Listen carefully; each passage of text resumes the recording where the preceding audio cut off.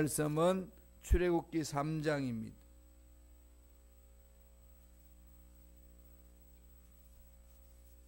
출애굽기 3장 1절에서 5절 말씀입니다.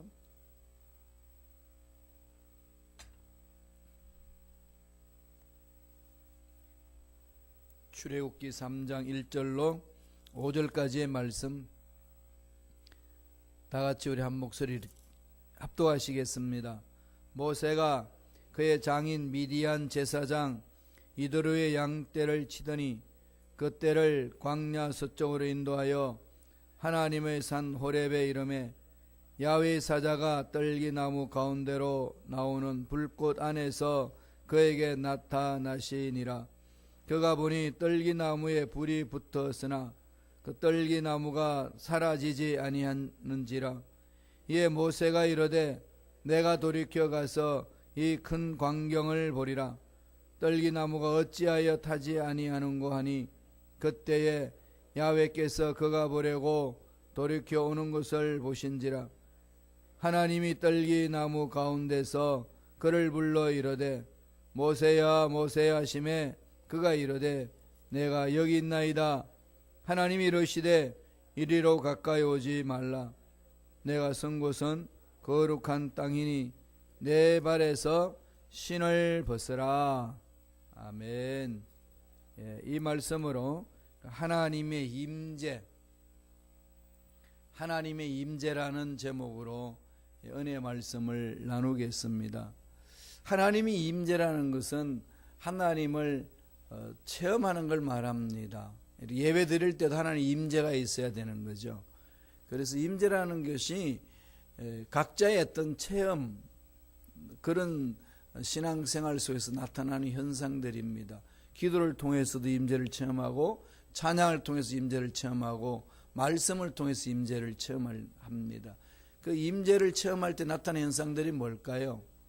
내 속에 있는 죄를 발견하게 되고 내 삶에 있어서 무슨 문제가 있는지 또 그 문제 앞에 떨고 있는 나는 어떤 마음인지를 정확하게 볼 수가 있고 또 용기도 나고 떨림 현상도 있고 평안도 있고 여러 현상으로 이렇게 나타나는 거죠.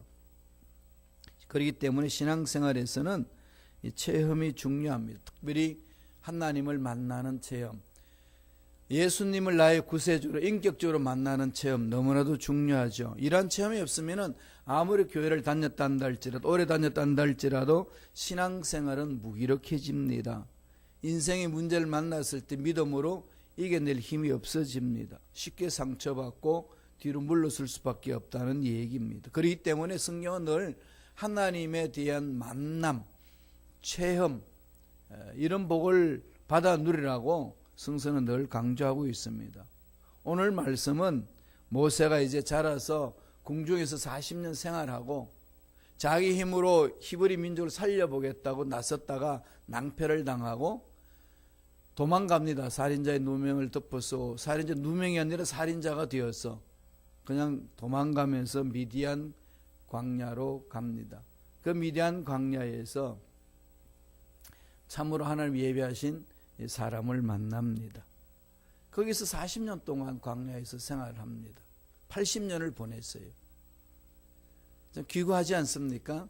물에서 건져내어서 바로 궁정에서 왕궁 교육을 받고 엄마의 젖을 먹으면서 히브리의 그 댐댐이가 어떤 것인지를 다 배웁니다. 신앙교육을 배웠고 궁중 교육을 배웠고 이제 바로 왕의 제2인자가 되어서 애굽을 통치할 그 당시에 모세는 히브리 민족을 구원해야 되겠다는 생각 속에 자기 생각으로 나가다가 낭패를 당하고 도망자의 신세가 되었습니다. 그것도 40년이에요. 잠깐 피했다가 오면 되겠지가 아니라 40년. 80이라는 세월을 보내고 나면 대부분 어떤 생각을 갖게 했어요? 끝났다. 여기서 이렇게 양치다가 내 인생 이제 마무리 지으면 된다. 이 부분입니다. 그런데 끝난 게 아니었어요. 사람들 생각하기는 자기 어떤 문제로 인해서 인생 끝이다 생각했는데 인간들이 생각한 인생의 끝에서 하나님이 시작됩니다. 새로운 하나님의 시작이 되는 거죠. 모세에게 지금 그런 상황입니다. 새로운 시작. 하나님을 만납니다. 구체적으로 하나님을 만나서 하나님으로부터 귀한 음성을 듣습니다. 우리 신앙생활 이게 중요한 거죠. 내가 누군지, 왜 사는지, 어디로 가야 하는지 잘 모르지 않습니까? 인생 지금 키로도 130이라는 건데 그 130년 동안에 살면서 여기가 전부인 것처럼 착각하고 살 때가 많이 있습니다. 왜 그럴까요? 내가 누군지 잘 모르니까.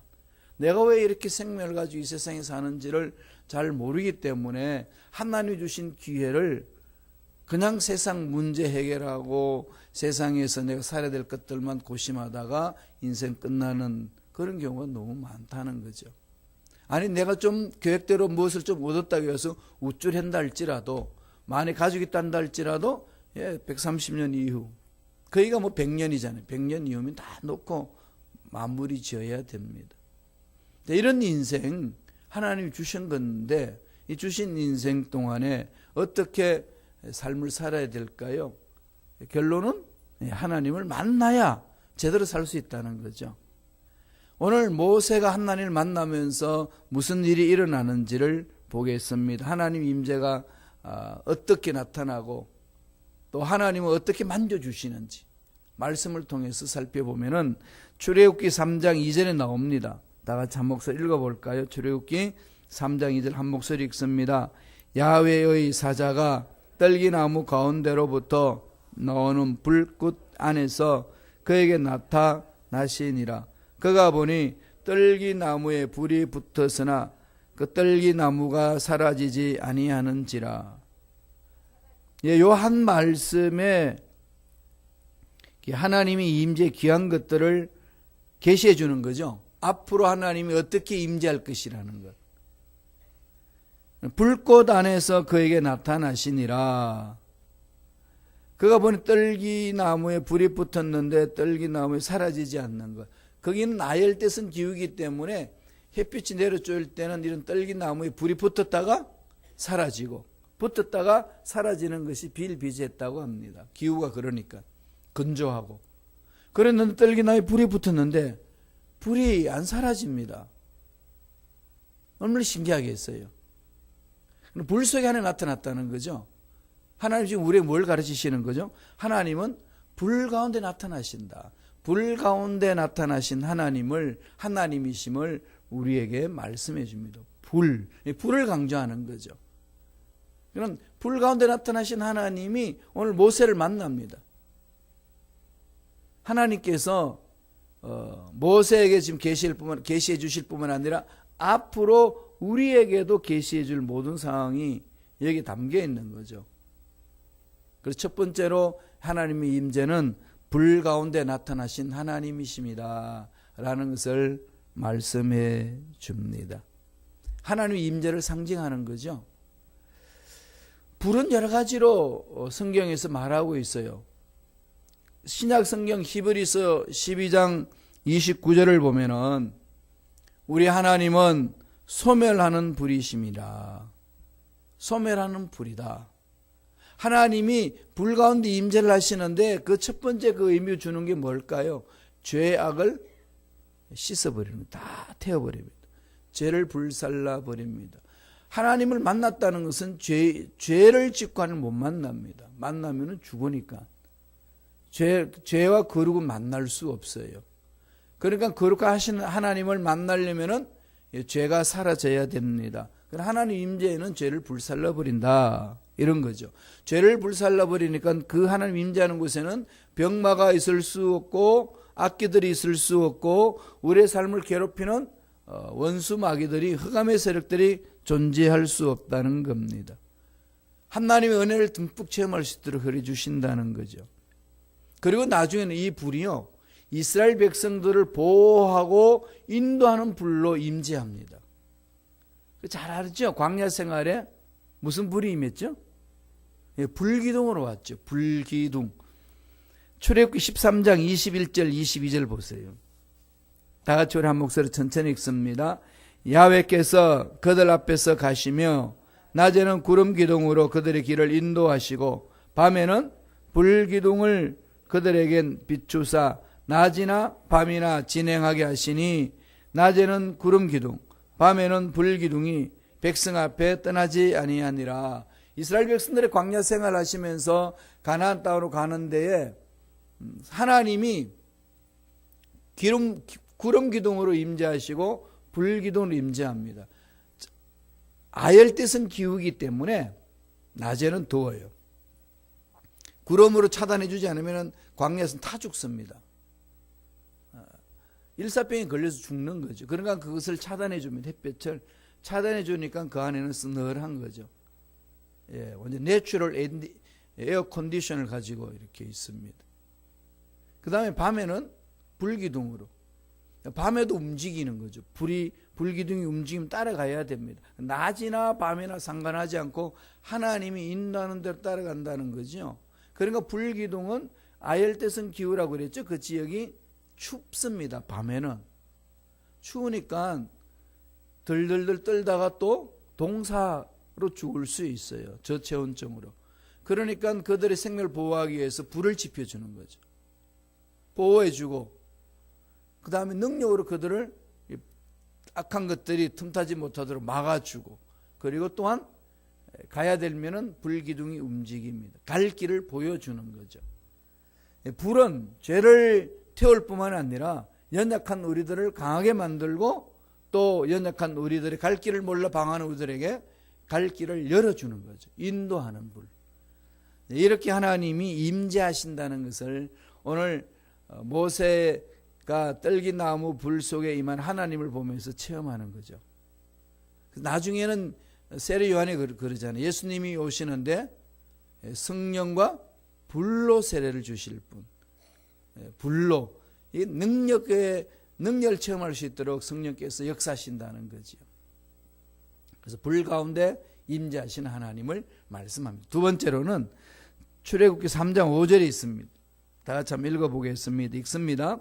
하나님이 이르시되 이리로 가까이 오지 말라. 내가 선 곳은 거룩한 땅이니 내 발에서 신을 벗으라. 그러면 신기하니까 불 가운데 가까이 갔어요. 그랬더니 음성이 들립니다. 모세야 모세야, 제가 여기 있습니다. 너희 가까이 오지 마라. 여기 이 땅은 거룩한 땅. 왜 그러죠? 이전까지는 거룩한 땅이라는 못 느꼈는데 하나님이 거룩한 땅이라고 그럽니다. 거룩한 땅이라는 정의가 뭘까요? 죄가 없는 그곳. 어떤 곳에 죄가 없죠?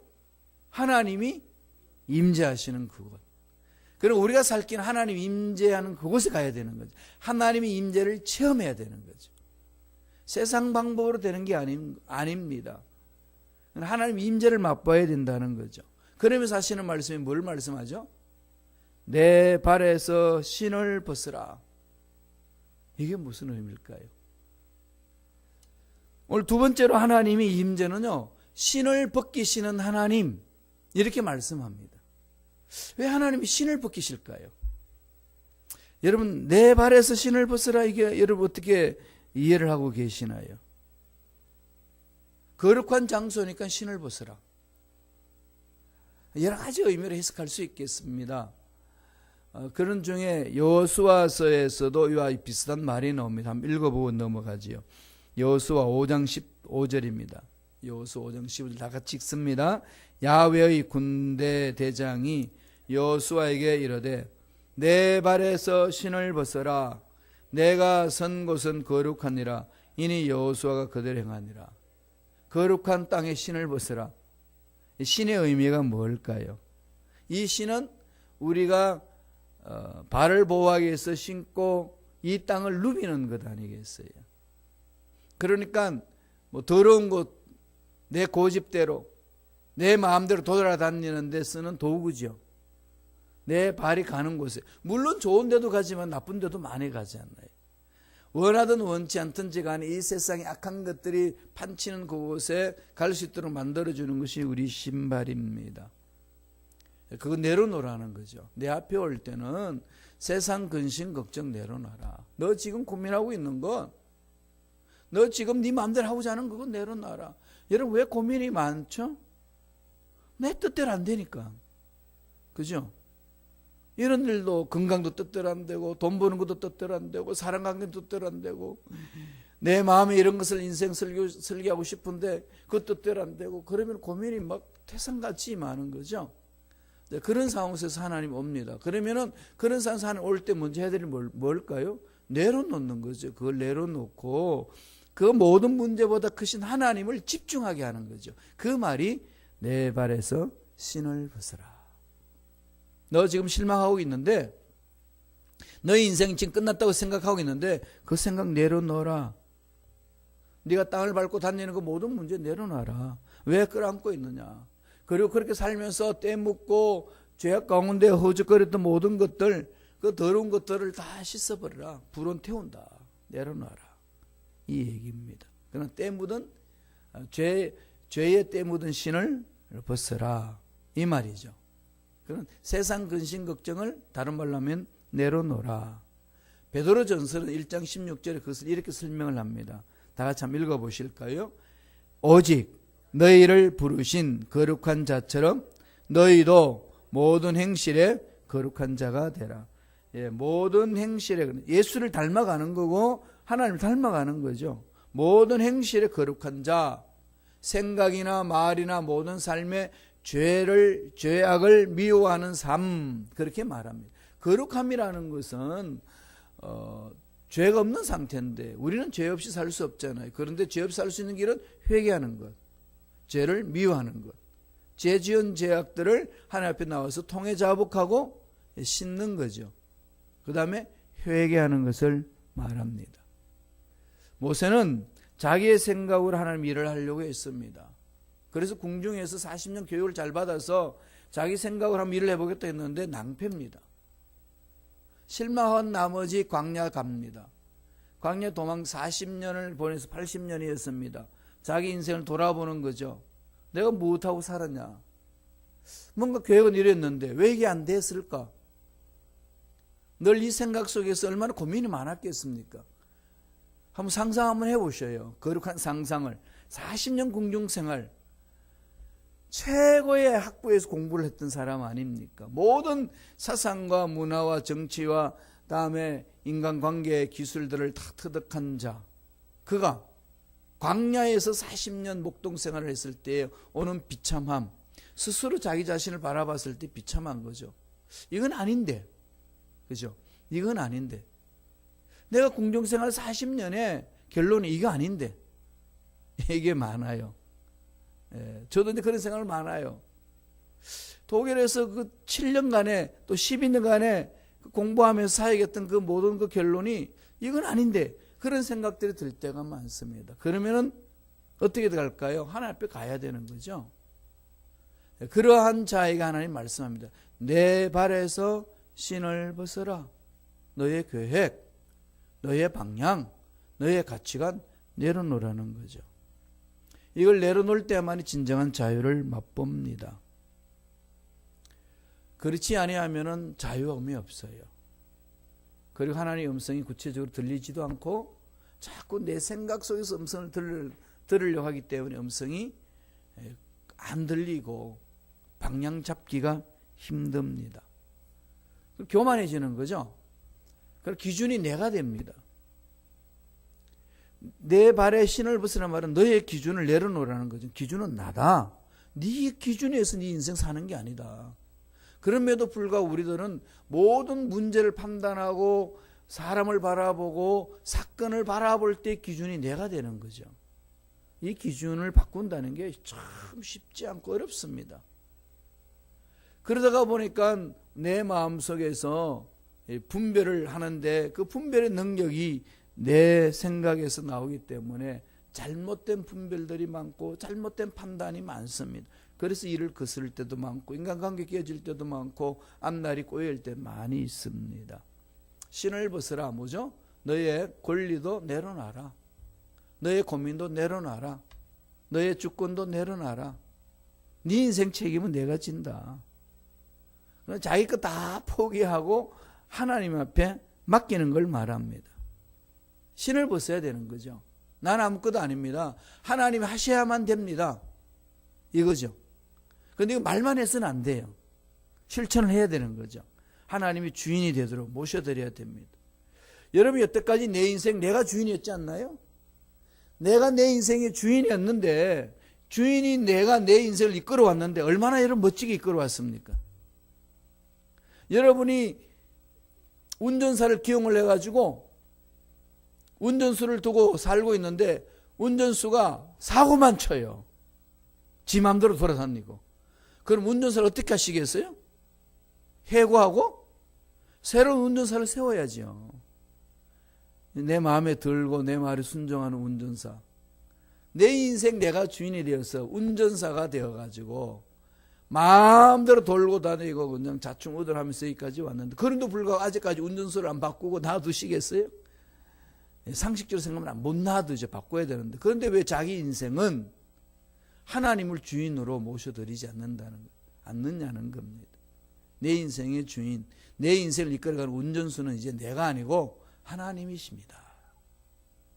이를 고백하는 게 신발을 벗는다. 내 발에서 신발을 벗으라. 이게 신앙생활에서 몸부림치며 가야 합니다. 마지막 세 번째로 어떻게 하나님 임재해 주시나요? 3장 9절 10절입니다. 출애굽기 3장 9절 10절 다 같이 읽겠습니다. 이제 가라. 이스라엘 자손의 부르짖음이 내게 달라고 애굽 사람이 그들을 괴롭히는 학대도 내가 보았으니 이제 내가 너를 바로에게 보내어 너에게 내 백성 이스라엘 자손을 애굽에서 인도하여 내게 하리라. 이제 가라. 이제 가라. 두 가지 사건이잖아요. 불로 임재하시는 하나님을 체험하고 음성을 듣고 그 음성을 들으면서 하나님의 명령에 순종합니다. 내 발에 신을 벗으라. 벗었어요. 내려놓는 거죠. 계획, 주장, 가치관, 내 기준 다 내려놓습니다. 하나님 어떻게 할까요? 하나님이 사명을 주죠. 이제 가라. 이제 가라. 어떤 하나님이죠? 사명을 주시는 하나님. 하나님의 임재 속에는 반드시 하나님 사명이 있습니다.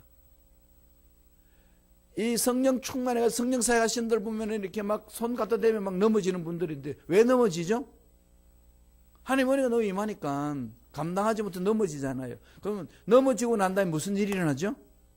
이 마음에 사명이 있고 확신이 있습니다. 난 넘어졌는데 왜 넘어졌냐면 나도 몰라. 넘어지고 나니 뭐가 바뀌었어? 아무것도 없다. 그 넘어지면 아무것도 안 해요. 그냥 이게요 잘못된 넘어짐이 많아요. 손만 대면 넘어질 준비하고 있어요. 그래서 악한 영들이 장난치는 겁니다. 그러지 마세요. 우리가 입신을 하고 환상을 보고 어떤 신비한 것을 체험하고 난 이후에 나타나는 현상은 하나님의 메시지가 있습니다. 왜 넘어졌는지, 왜 환상을 보았는지, 왜 신비한 꿈을 꿨는지 거기는 하나님이 주시는 사명이 있습니다. 뭘 주신 하나님이라고요? 사명을 주시는 하나님. 하나님 임재의 마지막 세 번째로 주시는 메시지는 사명을 주시는 하나님이시다. 사명을 주시는 하나님. 그걸 강조합니다. 하나님이 우리를 만나 주실 때는 사명이 있어요. 막연히 안 만납니다. 반드시 만남 이유는 사명이 있는 거죠. 대통령이 우리를 부르면은 그냥 밥 한 끼 먹자 부르겠어요? 뭔가 이게 계획이 있고 뜻이 있는 거 부르는 거 아니에요? 하나님 그냥 만나 주시겠어요? 위로하고 보담아주고 치료해주고 할 일이 있다는 걸 가르쳐 주는 거죠. 할 일이 무엇인지를 가르쳐 줍니다. 왜 건강을 주셨을까요? 왜 돈을 주셨을까요? 왜 사람들을 붙여주셨을까요? 왜 이렇게 가정의 행복을 주시고 왜 자녀들의 복을 내리게 하시고 왜 우리 앞길에 열려지는 역사가 나타나게 해주셨을까요? 하나님이 나를 통해서 하실 일이 있으시니까. 사명이 있습니다. 그럼요. 제가 이제 독일에서 공부 마치고 비행기 타고 올 때에 그게 제 마음속에 두들겨 주더라고요. 너는 할 일이 있는 거다. 너는 운 좋아서 유학 갔고 운 좋아서 공부 마친 게 아니다. 하나님이 너를 통해서 하실 일이 있다. 아무리 앞날이 힘들고 어려워도 교만하지 말고 주눅들지 말고 그 할 일을 해라. 이게 그냥 제 가슴속에 깊이 있습니다. 그럼 하나님 보내시는 곳은 어딘지 가겠습니다. 그 고백이 한때를 잊어버렸는데 시카고 와서 다시 그걸 느낍니다. 그랬지 내가 공부 마치고 비행기 타고 한국으로 갈 때 하나님이 보내시는 곳이면 어딘지 가겠습니다. 이걸 결심하고 기도한 때가 있습니다. 그러니까 앞길이 가시밭길 같고 장애물이 있고 모함이 있고 여러 가지 문제 있어도 그건 사명자들이 가는 길에는 문제가 안 됩니다. 뭐 그거 보고 하나님이 할 것이냐 말 것이냐 말씀하셨나요? 아니에요. 뭐 그건 있을 수도 있고 없을 수도 있어요. 그렇게 중요한 거 아닌 거죠. 좋아하실 수도 있고 안 좋아할 수도 있어요. 중요한 게 아니라는 겁니다. 뭐가 중요할까요? 아버지 말씀에 순종하는 거. 이게 사명자들이 해야 될 삶입니다. 그게 저만이 가진 걸까요? 여러분도 각자에게 하나님 그 사명을 주셨어요. 그걸 붙들고 달려가는 겁니다. 말씀을 볼까요? 3장 8절입니다. 다 같이 우리 한 목소리 천천히 읽습니다. 내가 내려가서 그들을 애굽인의 손에서 건져내고 그들을 땅에서 인도하여 아름답고 광대한 땅, 젖과 꿀이 흐르는 땅, 곧 가나안 족속, 헷 족속, 아모리 족속, 브리스 족속, 히위 족속, 여부스 족속의 지방에 데려가려 하노라. 아름답고 광대한 땅, 젖과 꿀이 흐르는 땅, 하나님 지시할 땅으로 이 백성들 이끌고 가라는 거죠. 저와 여러분들은 우리의 생명이 영원히 보존되는 영원한 생명이 있는 하나님 나라 천국을 향하여 전진해 가고 있습니다. 그 길에는 광야처럼 힘들 때도 있고 가시밭길처럼 힘들 때도 있고 여기에 가나안 땅에 있는 족속들, 수많은 족속들이 괴롭혀서 얼음을 당하고 있는 그런 일들이 우리 속에 일어날 수 있다는 거죠. 내 마음속에도 이런 갈등 저런 갈등 일어날 수 있습니다. 공허해지기도 하고 답답해지기도 하고 도대체 인생이란 게 뭐냐? 이게 신앙생활이란 게 뭐냐? 왜 교회 생활에서 내가 이렇게 욕먹고 해야 돼? 이런 생각 저런 생각이 막 복합적으로 나를 괴롭힐 때 있다는 겁니다. 그럼에도 불구하고 영원한 광활한 땅, 아름다운 땅, 젖과 꿀이는 그 땅을 향하여 가라. 천국을 향하여 달려가라. 이게 저와 여러분에게 하나님 주신 사명입니다. 이것을 이루기 위하여 하나님이 만나주시는 거예요. 만나셔야 돼요. 기도할 때마다 이 문제 속에서 만나주시고 답답한 내 마음속에 만나주시고 내 불확실한 미래에 대해서 만나주셔서 정말로 만남 속에 하나님의 음성을 듣고 사명을 가지고 확인하고 달려가기를 원합니다. 성령이여 역사하여 주옵소서. 부르짖어야 합니다. 그럴 때 만나주시는 거죠. 이 하나님의 귀한 은혜를 임재하시길 바랍니다. 여러분 삶에 하나님이 살아계신 그 임재를 체험하셔야 돼요. 만나셔야 됩니다. 내가 만난 하나님 구체적으로 체험되어져야 돼요. 그걸 사모하세요. 사모하지 않고 만나기 힘들어 어려워 이러면요 그런 능력 체험 못합니다. 어떤 상황에 어떤 문제에 있어도요 부르짖으세요.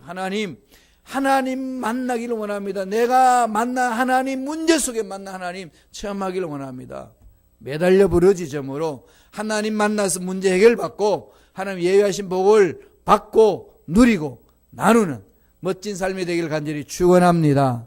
기도하겠습니다. 하나님 아버지 감사합니다. 오늘도 우리에게 생명을 주셔서 하나님이 임재하신 그 놀라운 은혜의 말씀을 우리가 들을 수 있도록 축복해 주시니 감사합니다. 모세에게 임재해 주셨던 하나님, 오늘 이 시대에 살고 있는 우리에게도 임재해 주시고 만나 주셔서 말씀하여 주시고 다시금 능력을 체험하고 새해 먹게 주시고 하나님만 바라보며 달려가는 믿음의 일꾼들이 될 수 있도록 축복하여 주옵소서. 예수 이름으로 매하노니 우리 기도를 방해하고 믿음을 방해하는 모든 원수 마귀들은 떠나갈지어다. 하나님을 만나는 것을 방해하는 악한 마귀들은 사라질지어다. 만날 수 없다라고 그저 부정적인 생각을 갖게 만드는 모든 원수마귀 사탄들은 사라질지어다. 성령이 우리의 생각, 우리의 마음, 우리 말, 우리 삶을 주관해 주셔서 매 순간 하나님은 내 속에 살게 하여 주시고 문제 안에 떨지 말게 하시고 해결해 주시는 전능하신 하나님을 만나는 믿음의 일꾼들이 되게 축복하여 주옵소서. 은혜에 감사히 귀한 예물 드립니다. 드린 손길 기억해 주시고 하는 일들마다 잘되게 도와주시며 소원 이루어지게 도와주시고 영육간의 강건한 복을 받아 누리는 멋진 삶을 사는 손길들 되게 축복하여 주옵소서. 감사하고 예수님의 이름으로 축복하며 기도드리옵나이다. 아멘.